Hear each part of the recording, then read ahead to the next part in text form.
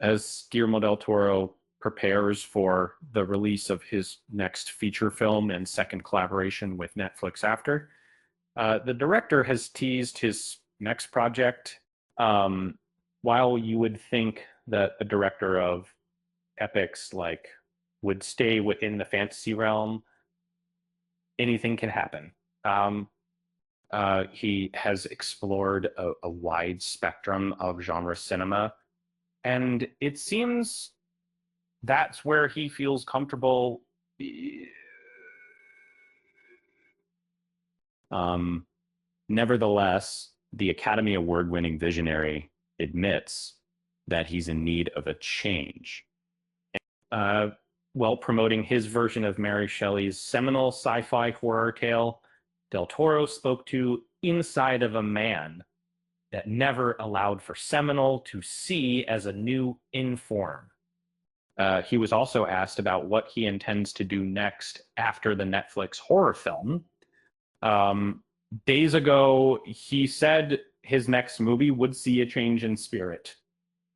Um, I'm 60 now, so I've gone from asking who I am as a father and son to regret. I'm in the regret decade. He confirmed he's working on another stop motion project, but he also mentioned a future project he described as very cruel, very violent. Uh, per his comments, too, it seems that he's following up on his intention to make a drastic change. If you look at the lineage, uh, from Pranos to The Devil's Backbone to Pan's Labyrinth to Crimson Peak to this is an evolution of a certain type of aesthetic and a certain type of rhythm and a certain type of empathy kind of being crossed in my speak and certain I feel like I need a change. Right now, my desire is to try and do something very different. Um, and for some of during the interview, Del Toro clarified that his next movie won't be the long awaited adaptation of H.P. Lovecraft's. And he says the project is too difficult to make today and will likely stay on his bucket list forever. The one that's on the bucket list that I think is going to stay there is Holler Hawk. It's too big, too crazy, too R-rated, I guess. And to be completely candid, I don't know that I want to do it after this. Um, One of the few modern directors whose identity is as strong as it is untouchable. But when you think of Guillermo del Toro, what's the first thing that comes to mind? Is it the dark alleys with unimaginable monsters? Or is it perhaps the constant drive to explore the darkness of the human soul? Uh, in any case, Del Toro has proven his gift for creating fantasy realms while always incorporating the human condition in his stories. It's easy to identify his body of work because of his strong cinematic identity and his ability to blend fantastical elements with deeply human stories. And this identity will surely be present in his next film, which he deems very different. Um, but this doesn't mean fans should be concerned. After all, even his stop motion animated version of um, Had a Pinch of Darkness uh, in its story is also the director teased that he may always feel the pull to return to his roots. Uh, you never know. The day after tomorrow, I may want to do or whatever. Tags, no links, or images, and a clickbait title. First, I need to parse the original article. It's about Guillermo del Toro's upcoming projects, his shift in direction, and his reflections on his career. The key points are his Netflix collaboration, the mention of Fury as a violent project, the abandonment of the Lovecraft adaptation, and his unique directorial identity. The user wants a clickbait title, so something catchy and fun, maybe something like "What's Next for the Master of Monsters?" Guillermo del Toro's big career shift revealed. That's engaging and includes a hook. Next, start with a question. The original article's first line could be rephrased into a question like, ever wondered what keeps a horror legend awake at night? That's catchy and sets up the storytelling. And then the user wants a courteous reminder to subscribe and like. It's so after the initial question, add a line encouraging viewers to subscribe and hit the like button. Make sure it's friendly and not too pushy. Breaking the content into paragraphs with no more than 40 words.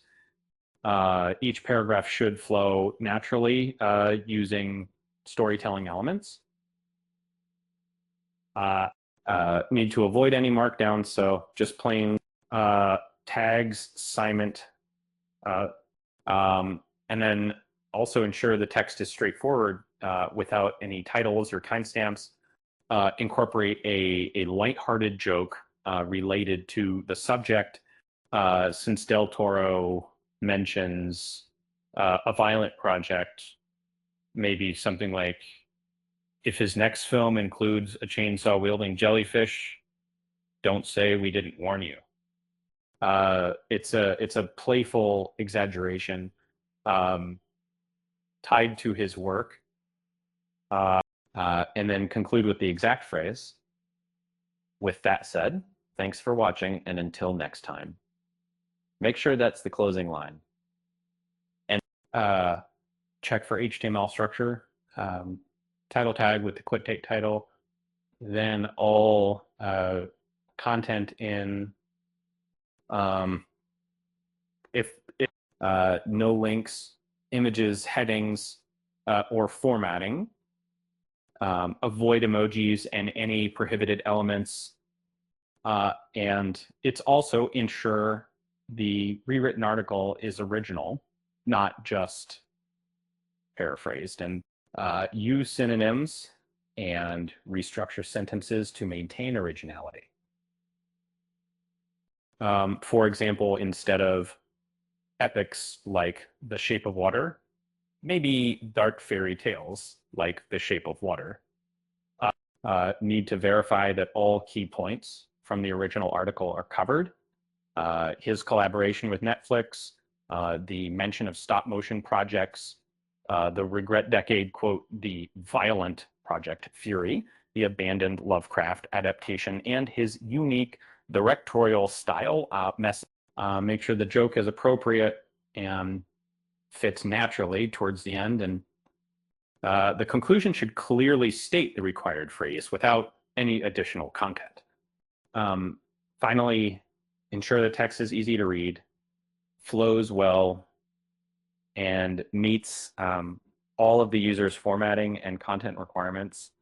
Double check for any markdown links or prohibited elements. And the thought, like 19.86s. Ever wondered what keeps a horror legend awake at night? Before you picture Guillermo del Toro scribbling monster sketches by candlelight, let's dive into his latest twist. Subscribe now and hit that like button. It's the only way to summon more tales from the dark side.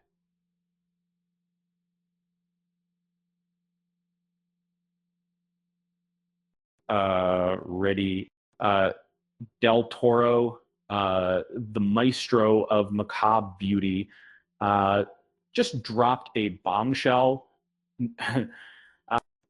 after decades of crafting Gothic wonders. He's craving something different. And at 60, he calls this his regret decade. Grim, right? His upcoming Netflix horror film, Frankenstein, uh, is already a hot topic.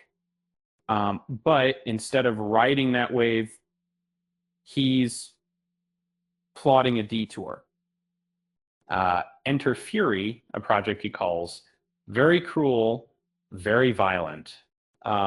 Wait, the guy who made a tear-jerking Pinocchio wants to go darker. Turns out even fairy tales have a shelf life. I need a change. He admits, like a chef swapping souffles for sushi. Don't panic, fans. Uh, on player's case, uh, his signature blend of monster madness and human heart isn't disappearing. And remember, even his animated films drip with shadows. But maybe he'll revisit classics later. Tomorrow, I might make Jekyll and Hyde. He shrugs.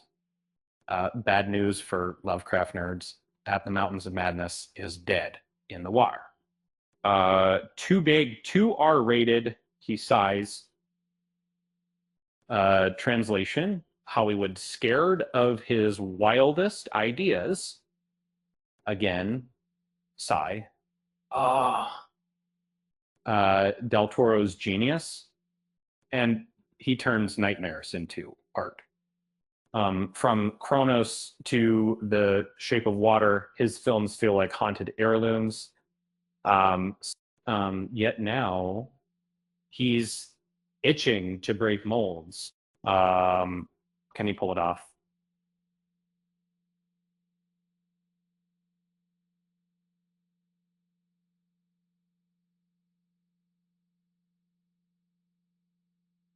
Probably. Here's the kicker. If his next film includes a chainsaw-wielding jellyfish, don't say we didn't warn you. Creativity is a wild beast. Best to let it roam. With that said, thanks for watching, and until next time,